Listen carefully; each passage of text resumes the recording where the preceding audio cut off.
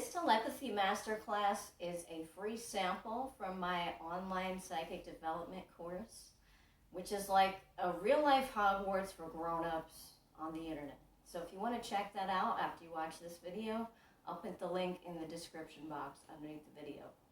All right, let's get started. Hey guys, this video is all about telepathy and claircognizance.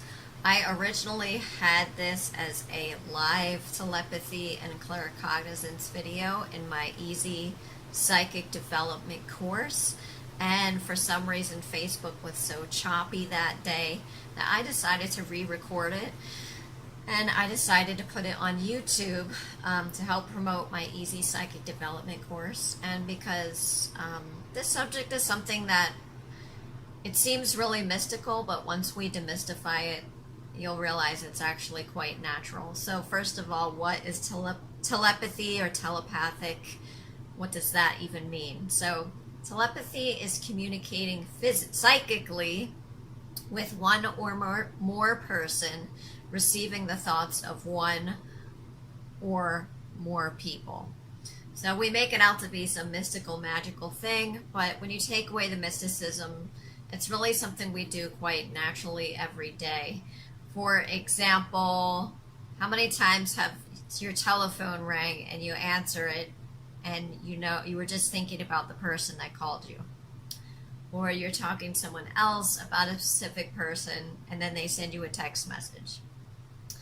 Or maybe you're driving somewhere and you think of a person you haven't seen in a while and you make it to your destination and that person is standing there.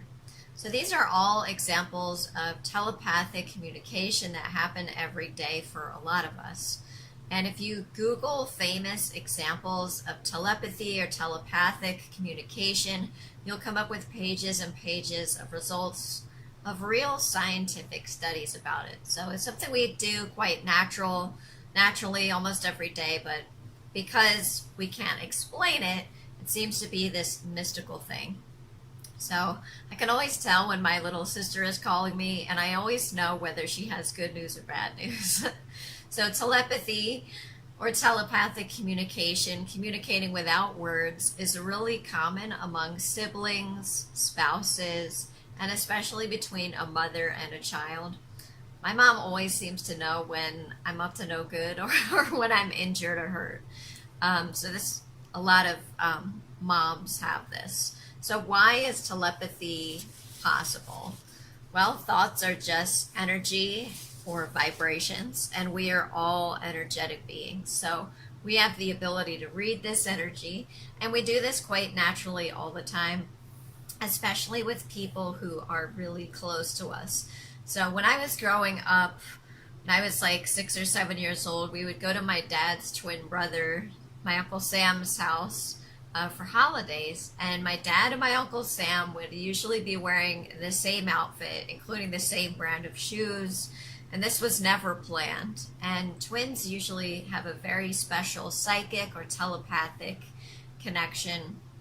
In fact, when I went to college for psychology, we learned about these twin studies, and it was a long time ago. It would be considered really unethical today, but they would separate twins at birth and study them as they grew up. And they found that time and time again, so many twins ended up in the same profession.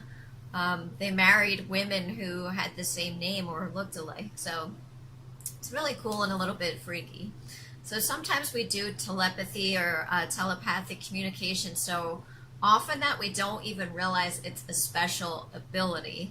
And with telepathy practice, one person is the sender of a thought and the other person is the receiver of a thought. So how do you be a good sender? In order to be a good sender, you have to be able to focus on one thing and have the energy to expand or project the thought, make it bigger. So if you're exhausted and running on fumes, your sending ability is decreased, but you'll probably make a really good receiver because all those other extra thoughts are not competing for your attention. So here's what I do when I'm the sender of a thought. let's say I want my dog Rebel. Animals communicate this way. They're very good at picking up our mental pictures. Let's say I want my dog Rebel to go pee and he's not responding to me when I tell him to go pee when we're taking a walk. So what I do is when I'm thinking of it, I take a deep breath and I imagine him. So I visualize it in my mind. I imagine him deciding to stop and go pee exactly where we are. And sometimes I see him squatting because that's what he does. Sometimes he'll lift his leg, but and I see it happening in my mind, and I make the image bigger, and I also praise him in my mind, like say good boy, and I feel calm and I feel relaxed when I'm doing this. Like I'm not trying to force it to happen. It's more like a, wouldn't this be cool if this happened? Sometimes this works, but only when Rebel is not distracted by outside noises. So in order to be a good receiver, that is someone receiving the thoughts of one or more people, you have to be open to receive. You have to be receptive, usually relaxed, not trying too hard. And if you're super distracted or if you're running around crazy busy, your mind is super busy, you may miss the thoughts that are being directed at you. So here's how I would practice being a receiver. So I would go somewhere really comfortable. Usually that's my couch. And I would lay down and close my eyes and do like a 5-minute meditation. And for me, that's just staring out the window, looking at trees or looking at the lake, looking at ducks or squirrels or something for 5 minutes. And that makes me feel really relaxed. And then I would just notice any thoughts that seem to come to me out of the blue.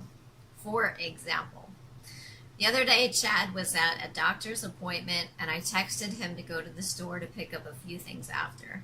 And later, I deliberately sent him a message with my mind, asking him to pick up something else that was not on the grocery list. And I envisioned him bringing home a little carton of eggs.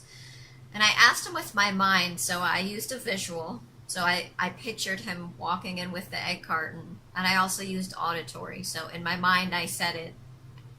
And I also felt appreciative. I felt good about it. I imagined me eating an egg for lunch with my toast, my sourdough toast. So that's what I did. And so I also imagined Chad in my mind, and I called his name to get his attention. And I imagined him responding to me. I gave him a sincere compliment. And I told him something I appreciated about him. And I imagined the small carton of eggs, and I asked for him to bring them home. Well, we have chickens, so this is not something that I would ordinarily ask for. But since it's summer right now, the chickens are not laying as many eggs because it's been really hot. Did it work? Yes, Chad brought home the eggs, stating that he thought I might like some. So there's been times when I've tried to send him messages and it didn't seem to work. And that's usually when he goes, let's say he's after an appointment and he's walking around the mall or walking around the lake or something. He usually has headphones on, listening to podcasts. So being distracted, focusing on something else can stop the receiving. So if you want to practice telepathy or telepathic communication, you can partner up with a friend or someone close to you and take turns being the sender and take turns being the receiver. So scientists that study psychic phenomenon, they came up with Zener cards to measure telepathic ability. And the average score for someone who is not telepathic is 1 out of 5 correct answers. So out of 5 cards with different pictures on it, they would guess what it is or see what it is 1 time out of 5 times. So anything greater than 1 out of 5 is a hit for telepathic ability. And you can make your own Zener cards with index cards and magic markers. I made some, but I left them over there, and I don't want to stop to get them. But basically, you would make, let's say there's a gnat. You take 40 index cards, and you make 50 index cards. That way, there's 10 of each one, and you pick 5 shapes, and 5 colors. Let's say you do a blue circle, a yellow star, a pink moon. Am I talking about Lucky Charms? Anyway, you do 5 different shapes and 5 different colors, and then you practice sending and receiving it.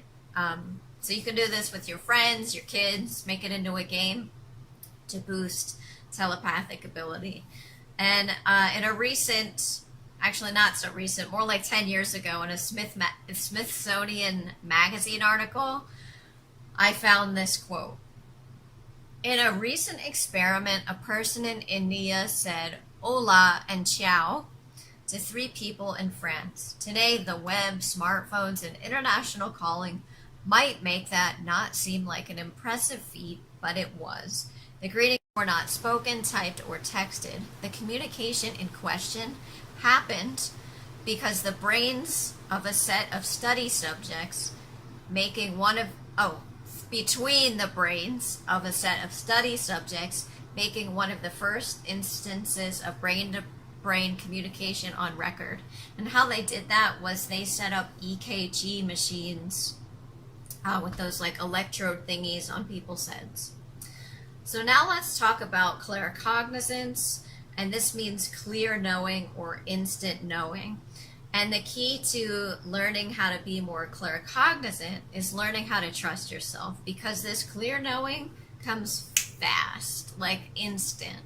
And if you argue with yourself when you get an intuitive hit or an instant knowing or an idea, or if you don't accept this instant knowing, it can hinder or stop the flow. So over time, it's going to get a lot easier for you to trust yourself if you practice, especially if you keep a notebook of all the times that you were right or accurate. And when you do listen to yourself, you'll get rewarded with more intuitive ideas. So I tell my students in my Easy Psychic Development course, which I'll link underneath this video if you want to check it out, and I am creating an Easy Psychic Development workbook for my students. I'll also put that underneath this video when it's ready. But I tell my students that the quickest way to improve your psychic ability and intuition is to write down all the times that you were right, so that you get used to that feeling of being correct, so that you recognize it. So if you often get ideas out of the blue, or if you know when someone is lying to you, and I don't mean your husband or your wife or your kids, I mean random people or strangers, this is often an indication of claircognizance, or that instant knowing. So here's some ways to improve your claircognizant ability. You can obviously set your intention. I intend to improve this.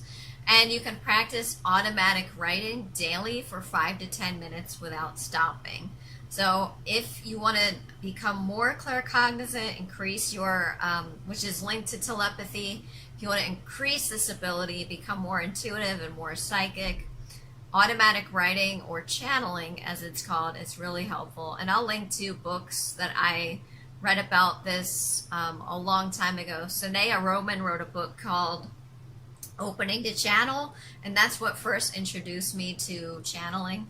And I recently read Michael Sandler's book, The Automatic Writing Experience, and that book is really great. I'll link both of those underneath the video. But what is automatic writing?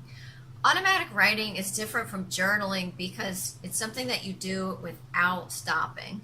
Even if you have to write your name, or I don't know what to write, over and over and over again. The point is not to create a masterpiece, but to teach yourself not to judge the thoughts that are coming to you. Because every time you judge it, you're stopping the flow. So this is more of a right brain activity, not the critical left brain. And scientists have done studies that when someone is automatic writing or channeling to improve their claircognizance and psychic ability, that the area of the brain that's responsible for writing shuts down, and this creative right brain turns on. So it's like it's coming from outside of you, but it's your creativity. So you don't want to censor yourself. So with automatic writing, you do not want to censor yourself, because no one is going to read it. And it doesn't matter whether you do it for 5 minutes or 20 minutes, but the point is to make it a daily habit, so that this information and intuitive information comes to you automatically on demand when you want it to. Let's say you're learning how to do a reading for a client. And automatic writing is straight from your unconscious mind. And like I've said in my course, this is the doorway into your psychic abilities. And it's an excellent way for you to gain guidance.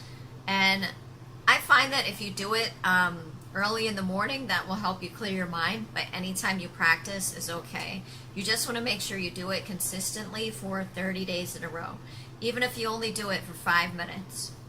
Over time, this practice will train your mind to be more aware of the things that you might not usually see because you don't pay attention to them. You'll also experience a lot more synchronicities or meaningful coincidences, and help you release judgment and be less critical of your thoughts and your ideas, which is key. Now, in this course, I haven't really talked much about chakras. And these are the body's main energy centers because I wanted to keep it as simple as possible and not confuse my students. But claircognizance is all about the crown at the top of the head, which is why wearing a hat can help decrease the amount of energy that you pick up from other people. Whenever I go out in public, I'm always in a hat. So here's how to balance your crown chakra or your crown energy center, which is the center linked to claircognizance, that clear knowing psychic ability. So you want to make sure that you are spending quiet time each day. When you do go outside, you can allow the sun to hit the top of your head for a few minutes each day. Make the intention to open up and heal your crown chakra and see it bathed in white or golden light. Practice meditating for a few minutes every day. And as I've said in my course, meditation is such an abstract concept, but anytime you are relaxed and focused, just calm, that's what I consider meditation. Obviously, you want to practice automatic writing, and I'm going to link to those books that I recommended underneath this video.